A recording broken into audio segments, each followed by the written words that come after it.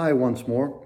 Over the years, people have been asking me what drives me to do what I do with regard to Scottish Widows Clerical Medical. And I thought since it's Easter, it might be appropriate for me to weave in exactly what does drive me. And it's a set of core values which have pushed me along forever.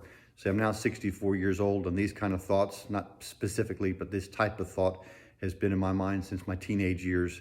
And I'd like to take the opportunity to weave in a little bit of Easter and a little bit of scriptures as well. Not that this is going to go into a Bible sermon, but it's a core value which I'd like to just share with you. Over the years, people have asked me which particular Bible verse or verses are most important to me. And I'd like to quote one to you. And it's it's my favorite verse. And I'm going to quote here from a Bible that I picked up when I was in England several years ago. It's a Bible which is important to me. It's from 1837. And my favorite verse is Matthew 22, 37 through 40. And it's where Jesus is in discussion with the Pharisees and the Sadducees. And one of them steps up and asks, what's the most important commandment?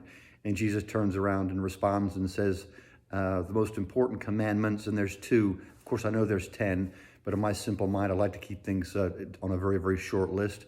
The first most important one to Jesus, and he was conveying it to his disciples, and his response to the Sadducees and the Pharisees, the response was, to believe in one God, which we can all understand that. But the main point here for me is when Jesus responded and said, the second commandment is to treat others as you want to be treated yourself. And to quote from the Bible, thou shalt love thy neighbor as thyself. And that's what I think is very, very important that all of us remember. And I feel that Scottish Widows, as a big corporation, big organization, should focus on when they're dealing with individual customers.